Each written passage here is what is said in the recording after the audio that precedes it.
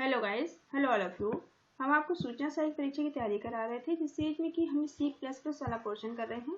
तो इसके कई सारे वीडियो अपलोड किए जा चुके हैं। अगर आप लोगों ने देखा है तो आप देख लीजिए। तो आज इसके बचे हुए क्वेश्चन को इस वीडियो में हम कवर करेंगे।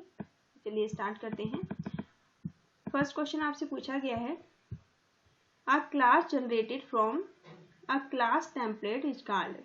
Class generated from a class, एक क्लास के अंदर जो क्लास जनरेटेड टेम्पलेट होती है उसे क्या कहा जाता है? तो उसे क्या कहते हैं? उसे जनरेटेड क्लास कहा जाता है। क्या कहा जाता है? उसे जनरेटेड क्लास कहा जाता है। क्लास टेम्पलेट से जनरेटेड क्लास को जनरेटेड क्लास कहा जाता है। फंक्शन टेम्पलेट से उत्पन्न फंक्शन को जनरेटेड फंक्शन कहा जाता है। जो फंक्शन जनरेट होते हैं उन्हें जनरेटेड फंक्शन कहा जाता है। ठीक है, क्लास और जो आपकी क्लास टेम्पलेट से जनरेटेड क्लास को जनरेटेड क्लास कहते हैं और फंक्शन टेम्पलेट से उत्पन्न फंक्शन को जनरेटेड फंक्शन कहा जाता है। नेक्स्ट क्वेश्चन है, the standard sequence containers include. जो स्टैंडर्ड सीक्वेंस कंटेनर है उसमें क्या शामिल होता है? तो इसमें क्या शामिल हो सकता है आपका? तो इसके अंदर आपका वेक्टर ही शामिल होते हैं। ठीक है, तो इसके अंदर आपके वेक्टर हो सकते हैं और DQ भी हो सकते हैं इसमें, और आपकी लिस्ट भी हो सकती है। तो इसमें ये तीनों शामिल होते हैं। सीक्वेंस कंटेनर में 5 टर्म होते हैं। सीक्वेंस कंटेनर में कितने टर्म होते हैं? तो इसमें 5 टर्म होते हैं। याद रखना है आपको कि सीक्वेंस कंटेनर में 5 टर्म होते हैं। क्या क्या टर्म 5 होते हैं?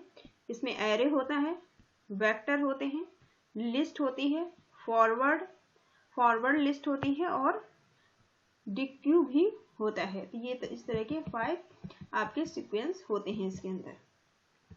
नेक्स्ट क्वेश्चन है, the dash diagram show the change of an object through time. ठीक है, तो यहाँ पर कह रहे हैं कि जो डायग्राम है शो करता है, वो दिखाता है, चेंज को दिखाता है, परिवर्तन को दिखाता है, ऑफ ऑब्जेक्ट थ्रू टाइम, पूरे समय। ठीक है, तो वो कौन सा फंक्शन हो सकता है आपका? वो आपका स्टेट हो सकती है।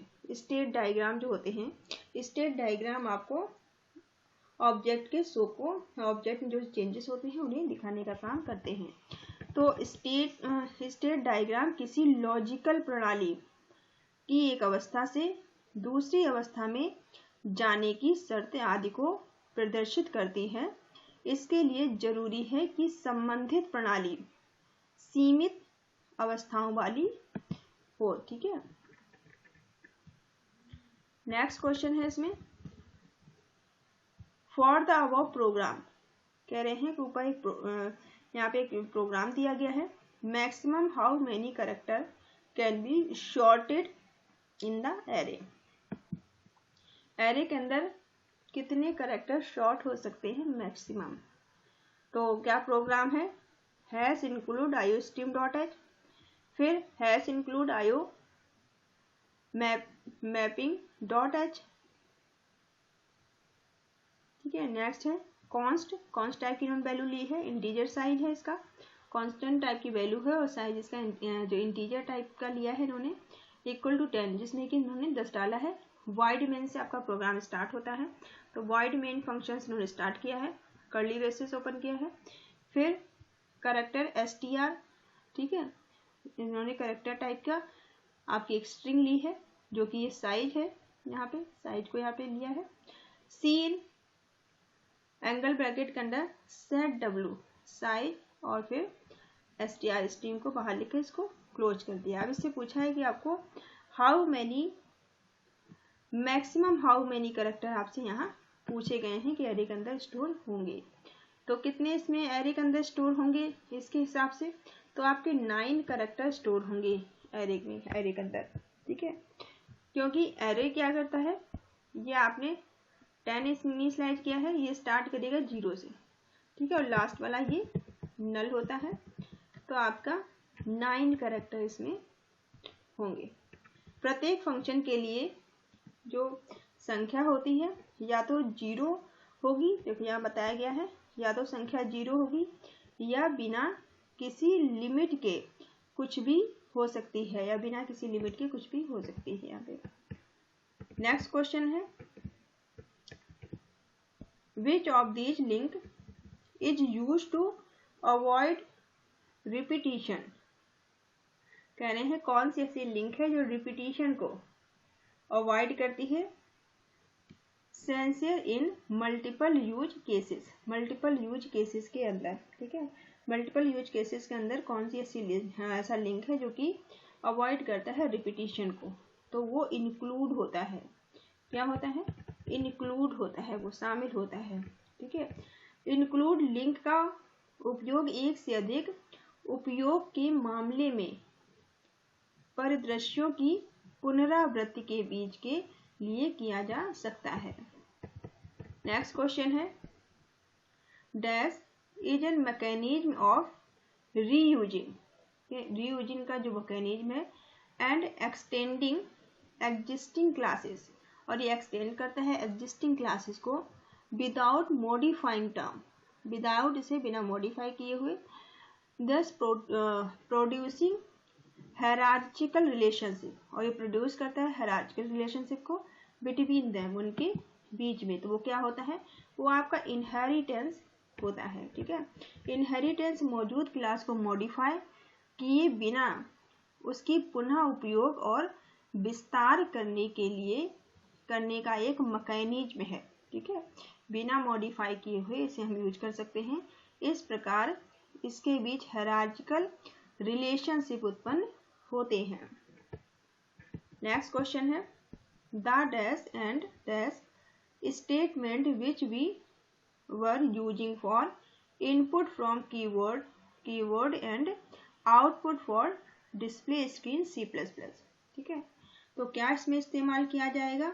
सी इन और सी आउट का उपयोग करके, ठीक है, सी इन और सी आउट का उपयोग करके the C in and C out statement which we were using for input and input from keyword, जो कि कीबोर्ड से हम इनपुट लेने के लिए सी इन का उपयोग करेंगे एंड आउटपुट डिस्प्ले कराने के लिए सी आउट का उपयोग करेंगे C++ में, ठीक है। नेक्स्ट क्वेश्चन है ऑपरेटर ओवरलोडिंग। जो operator overloading provides a flexible way to work with dash and can make dash look obvious, ठीक है। तो इसका क्या होगा?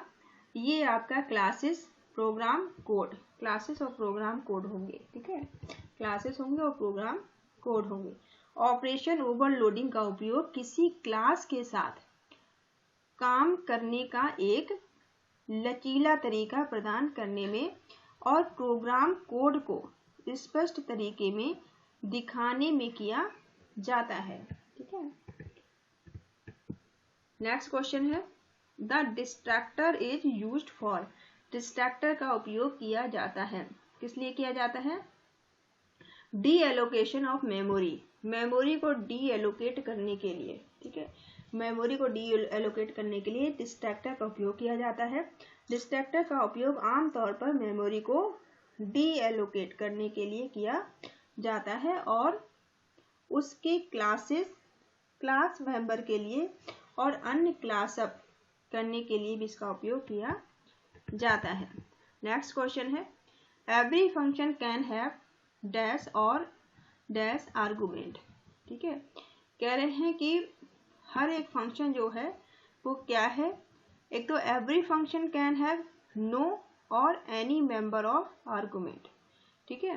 तो इसका डी वाला ऑप्शन सही हो जाएगा। तो फंक्शन का प्रोग्राम में महत्वपूर्ण योगदान होता है।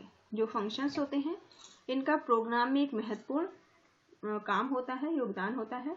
हर फंक्शन को तर्कों की संख्या नहीं भी हो, ठीक है, हर एक जो फंक्शन है में तर्कों की संख्या नहीं भी हो तथा कोई भी संख्या हो सकती है। इनकी में कोई भी संख्या नहीं भी हो सकती है और कोई भी संख्या हो भी सकती है, ठीक है। नेक्स्ट क्वेश्चन है a pure virtual function.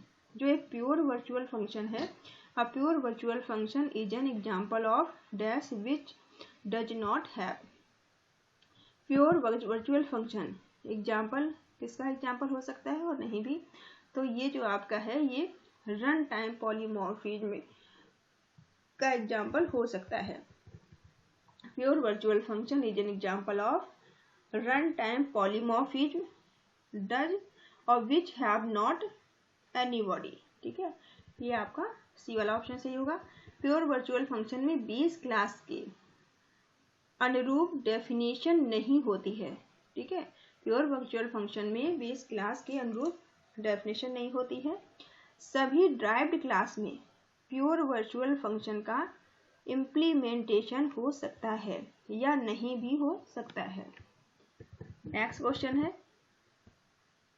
Data in the program was created by, जो डेटा प्रोग्राम के अंदर क्रिएट किया गया था by dash and if more than one function, या एक से ज़्यादा फंक्शन के लिए had to access data dash were used. ठीक है, तो क्या होगा इसमें, इसका होगा वेरिएबल्स, ग्लोबल वेरिएबल हो सकते हैं और ग्लोबल वेरिएबल हो सकते हैं। ठीक है, C++ में वेरिएबल एक कंटेनर होते हैं। C++ के अंदर वेरिएबल क्या होते हैं, ये एक कंटेनर होते हैं। ठीक है, जिसमें वैल्यू को स्टोर किया जाता है, जिसमें क्या किया जाता है, वैल्यू को स्टोर किया जाता है। और एक ग्लोबल वेरिएबल ऐसा वेरिएबल है जिसमें कि मेन फंक्शन के बाहर डिक्लेयर किया जाता है।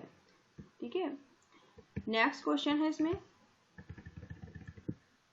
The function of a derived class, जो ड्राइव्ड क्लास का फंक्शन होगा कैन एक्सेस, वो एक्सेस हो सकता है dash member of the base class के मेंबर से, बट नॉट द, लेकिन उससे एक्सेस नहीं किया जा सकता है dash member of the base class, किसमें एक्सेस नहीं किया जा सकता है।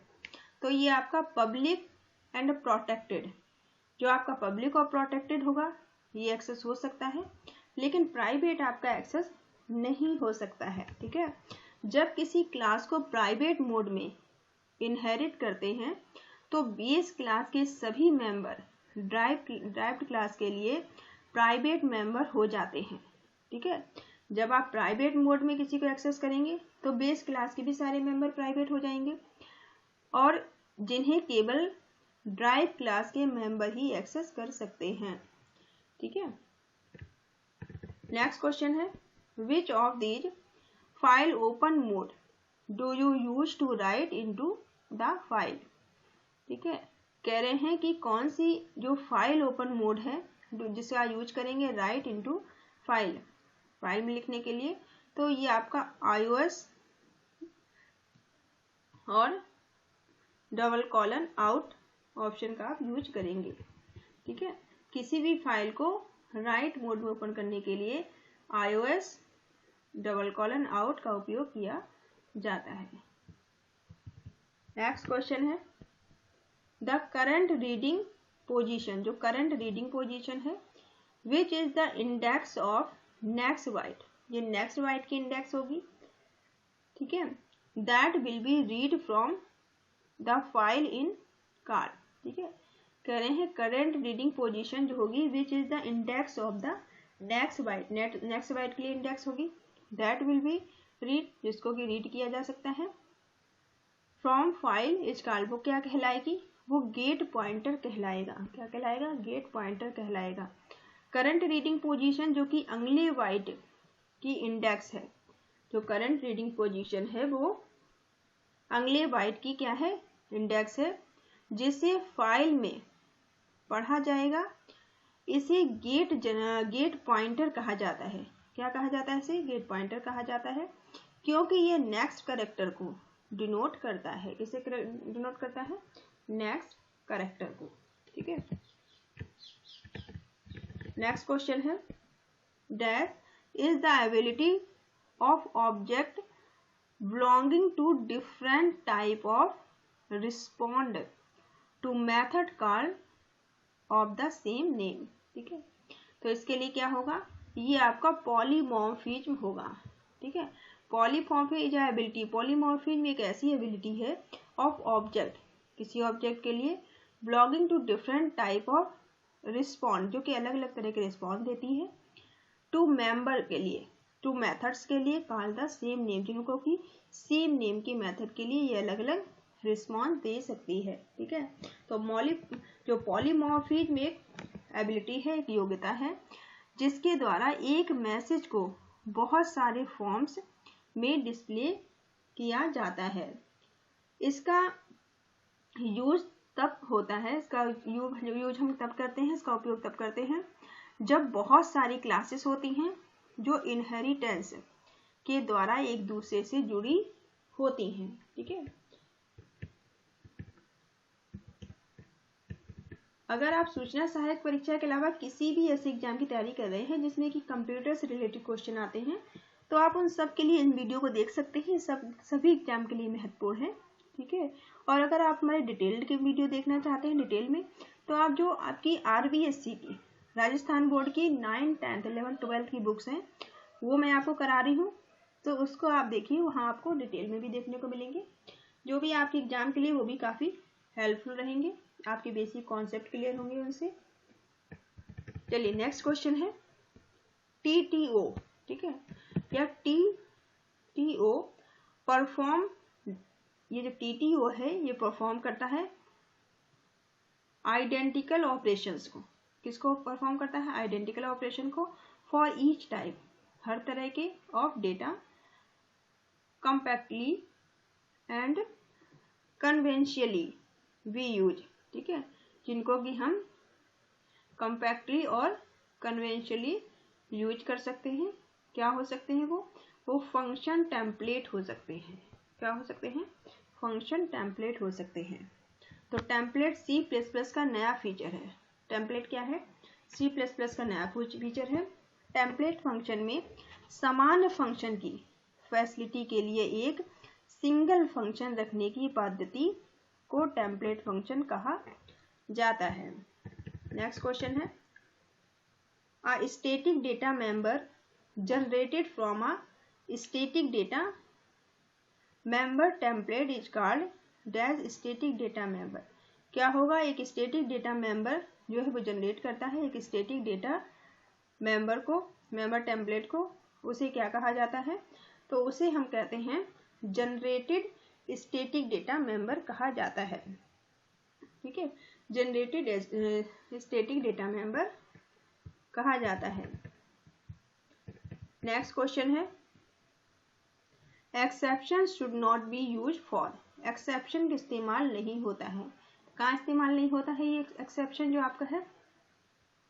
ये आपका असिंक्रोनस इवेंट के अंदर ये होता है। ठीक है, तो exception should not be use कहाँ यूज नहीं होता है?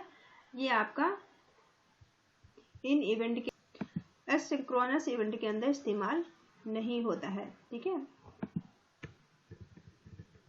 अपवादों का शायद ही कभी उपयोग किया जाना चाहिए। कह रहे हैं कि अपवादों का शायद ही कभी उपयोग किया जाना चाहिए। एक्सेप्शन का मतलब अपवाद ही होता है, क्योंकि असाधारण स्थिति में एक्सेप्शनल सिचुएशन यानी कि जो रेयर है, और एक्सेप्शन जो एक्सेप्शनल सिचुएशन होती है या एक्सपेंसिव है। रेयर क्योंकि आप हर बटन प्रेस या हर प्रकृति को उपयोगकर्ता इनपुट पर अपने प्रोग्राम के क्रैश होने की उम्मीद नहीं कर सकता है। हमेशा तो आप नहीं उम्मीद करेंगे कि आपका प्रोग्राम खराब हो जाएगा। ठीक है, तो एक्सेप्शन को आपको ध्यान नहीं देना चाहिए। नेक्स्ट है आपका क्वेश्चन इसमें when you use to how the sequence of event on the broader scale use. कह रहे हैं कि व्हेन यू विश, जब आप ऐसी उम्मीद करते हैं, टू शो सीक्वेंस, एक सीक्वेंस के लिए ऑफ इवेंट, किसी इवेंट को सीक्वेंस में देखने के लिए, on the broader scale, broader scale पर, तो आप क्या इस्तेमाल करेंगे? तो आप क्या इस्तेमाल करते सकते हैं? एक्टिविटी डायग्राम को इस्तेमाल कर सकते हैं, और दूसरा है कि आप स्टैटिक डायग्राम को भी इस्तेमाल कर सकते हैं। तो दोनों का उपयोग किया जा सकता है। जब किसी घटना या कार्य के क्रम को बड़े व्यापक पैमाने पर दिखाना चाहते हैं तो एक्टिविटी डायग्राम तथा स्टैटिक डायग्राम का उपयोग किया जाता है। ठीक है, नेक्स्ट क्वेश्चन है इसमें dash is the exception classes derived from run time dash error. ठीक है, तो ये रेंज आपकी हो सकती है रेंज एरर हो सकती है इसका, ठीक है। तो रन टाइम एरर एक त्रुटि है। रन टाइम एरर क्या है? एक गलती है, एक त्रुटि है जो किसी प्रोग्राम को चलाने या निष्पादित करते समय होती है, ठीक है। किसी प्रोग्राम चलाते समय या उसको निष्पादित करते समय होती है। जब यह त्रुटि होती है तो प्रोग्राम एक त्रुटि यानी कि एक एरर संदेश प्रदर्शित एरर दिखाता है वो, ठीक है। या तो प्रोग्राम आपका हैंग हो जाएगा या क्रैश हो सकता है, तो ये आपका रेंज एरर कहलाएगी। नेक्स्ट क्वेश्चन है, from the following list identifier iterator adapters, ठीक है। तो इसका क्या होगा मतलब, तो इटरेटर अडेप्टर जो है आपका, क्या यहाँ पे इसका मतलब होगा कि निम्नलिखित सूची में इटरेटर अडेप्टर की पहचान करें। तो कैसे इसकी पहचान आप कर सकते हैं, ठीक है। रिवर्स इटरेटर के द्वारा, ठीक है, रिवर्स इटरेटर के द्वारा कर सकते हैं आप, और इंसर्ट इटरेटर के द्वारा भी आप इसकी पहचान कर सकते हैं। रो स्टोरेज इटरेटर के द्वारा भी इसकी पहचान की जा सकती है, ठीक है। तो C++ में इटरेटर केवल एक पॉइंटर है। C++ इटरेटर क्या है? ये केवल एक क्या है? पॉइंटर है, जिसका उपयोग किसी भी कंटेनर एलिमेंट को एक्सेस करने के लिए किया जाता है। किस लिए उपयोग इसका किया जाता है? कंटेनर एलिमेंट को एक्सेस करने के लिए इटरेटर का उपयोग किया जाता है। इटरेटर केवल क्या है? ये एक पॉइंटर है। नेक्स्ट क्वेश्चन है इसमें आपका, इसमें आपको स्टेट ट्रू और फॉल्स बताने हैं, ठीक है। तो आपको यहाँ पे दो ऑप्शन दिए गए हैं, आपको बताना है क्या सही है और क्या गलत है। तो एट्रीब्यूट्स दैट आर स्टैटिक, जो एट्रीब्यूट है स्टैटिक ओनली, वो केवल स्टैटिक हो सकते हैं। Exist one of the all instance of a class, class के सभी इंस्टांस के लिए ये स्टैटिक हो सकते हैं, ठीक है। दूसरा है इफ एन एट्रीब्यूट, यदि कोई एट्रीब्यूट इज डिक्लेयर्ड फाइनल, अगर कोई एट्रीब्यूट फाइनली डिक्लेयर होता है, it's value can be change, इसकी वैल्यू बदल सकती है। तो इसमें से पूछा है कि कौन सा सही है, ठीक है। तो ये इसमें से दोनों ही सही नहीं है, दोनों ही क्या है? गलत है, फॉल्स है। ये दोनों ही आपके रॉन्ग है। नेक्स्ट क्वेश्चन है, if a function is declared, अगर हम किसी फंक्शन को डिक्लेयर करते हैं वर्चुअल, ठीक है, अगर किसी फंक्शन को वर्चुअली डिक्लेयर किया जाता है in its base class, base class के अंदर, you can still access it directly using the, तो आप डायरेक्टली इसको एक्सेस कर सकते हैं। क्या यूज करके कर सकते हैं? स्कोप रिजोल्यूशन ऑपरेटर का इस्तेमाल करके, ठीक है। तो आप इसमें स्कोप रिजोल्यूशन ऑपरेटर का इस्तेमाल करके इसको एक्सेस कर सकते हैं। Scope resolution operator can use global variable, इसको यूज किस लिए किया जाता है? ग्लोबली यूज करते हैं, ग्लोबल वेरिएबल के लिए किया जाता है, जहां किसी प्रोग्राम में ग्लोबल और लोकल वेरिएबल दोनों का नाम समान होता है, ठीक है। लोकल और ग्लोबल दोनों वेरिएबल का नाम समान होगा। ऐसे में ग्लोबल वेरिएबल को एक्सेस करने के लिए स्कोप रिजोल्यूशन का यूज किया जाता है, ठीक है। आई होप ये क्वेश्चन आपको समझ में आए होंगे।